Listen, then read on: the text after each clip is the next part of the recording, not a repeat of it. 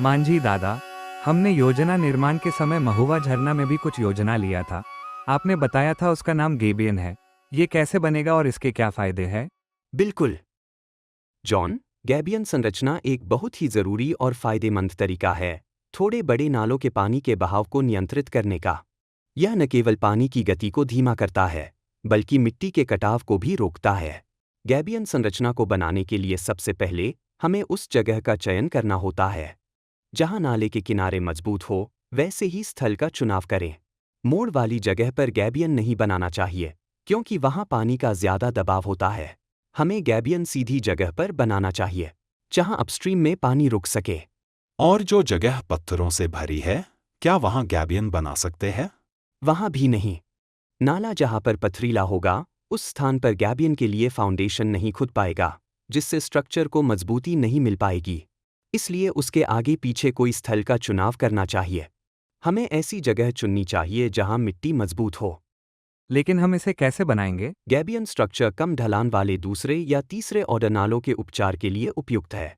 वैसे नाले जिनका जलग्रहण क्षेत्र 50 से 500 हेक्टेयर के बीच हो और जिनकी गहराई 1 से 2 मीटर, चौड़ाई 6 से 10 मीटर हो, उनके उपचार के लिए गैबियन बेहतर है। किसी एक गैबियन की जलग्रहण क्षमता कम से कम 5 हेक्टेयर होनी चाहिए। यदि इससे कम हो तो LBS पर्याप्त है। गैबियन दो तरीकों से बनाया जा सकता है। पहली विधि में पूरी संरचना LBS के ही समान होती है। सिर्फ आधार से लेकर पूरे स्ट्रक्चर को GI तार की जाली से बांध देते हैं। जहां पर LBS बनाना है वहां नाले की दोनों किनारों की मिट्टी को काटें, साथ ही नाले के तल में 0.6 मीटर की फाउंडेशन की खुदाई करें। 15 बाई 15 सेंटीमीटर या 10 बाई 10 सेंटीमीटर आकार के छिद्र वाले GI तार के बने जाली को लेंगे। अब स्ट्रक्चर की लंबाई के बराबर चौड़ाई का GI तार का जाल लेंगे और इसकी लंबाई स्ट्रक्चर के आधार की चौड़ाई प्लस अपस्ट्रीम और डाउनस्ट्रीम की ऊंचाई plus top width of structure plus 1 metre रखेंगे। डाउनस्ट्रीम की ओर 1 मीटर अतिरिक्त तार को डालते हुए तार को फैला देंगे। LBS के समान ही पत्थरों को सजाएंगे और अंत में GI तार के जाल को लपेटने के बाद GI तार की मदद से जाल के दोनों हिस्सों को बांध देंगे।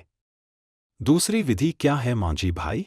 1 मीटर बाई 1 मीटर आकार के जाली का बॉक्स बनाने के लिए जरूरी तार की जाली को बिछाकर उसमें पत्थरों को भरेंगे और उसे GI तार से अच्छे से बांध देंगे। मुख्य दीवार को नाले के दोनों किनारों में अंदर जाने देंगे और इस भाग की ऊंचाई नाले के दीवार के बराबर या उससे ज्यादा होगी ताकि मिट्टी का कटाव न हो।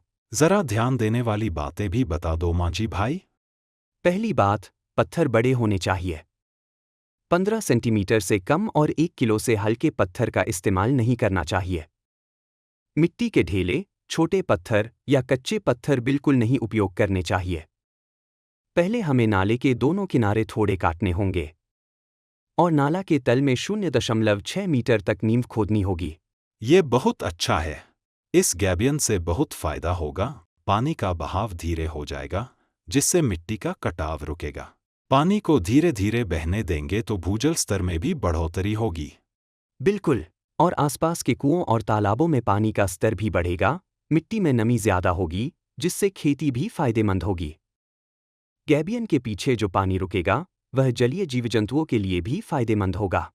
ध्यान रखना, ऐसी जगह पर गैबियन नहीं बनाना जहां नदी का बहाव तेज हो और दीवार को 2 मीटर से ज्यादा ऊंचा बनाओ तो उसे सीढ़ीनुमा बनाना चाहिए। तार की जाली को पत्थरों के साथ मजबूती से बांधना चाहिए। और अगर नाला की गहराई 1 मीटर या उससे कम है तो क्या LBS बनाएंगे? सही कहा जॉन। 1 मीटर या उससे कम गहरी नदी के लिए LBS बनाओ और 1 मीटर से गहरी के लिए गैबियन। गैबियन न केवल एक सरल बल्कि एक लाभप्रद तरीका है पानी और मिट्टी का संरक्षण करने का। यदि हम इन ध्यान देने वाली बातों का पालन करें तो हम अपने गांव के जल और मिट्टी को सुरक्षित रख सकते हैं।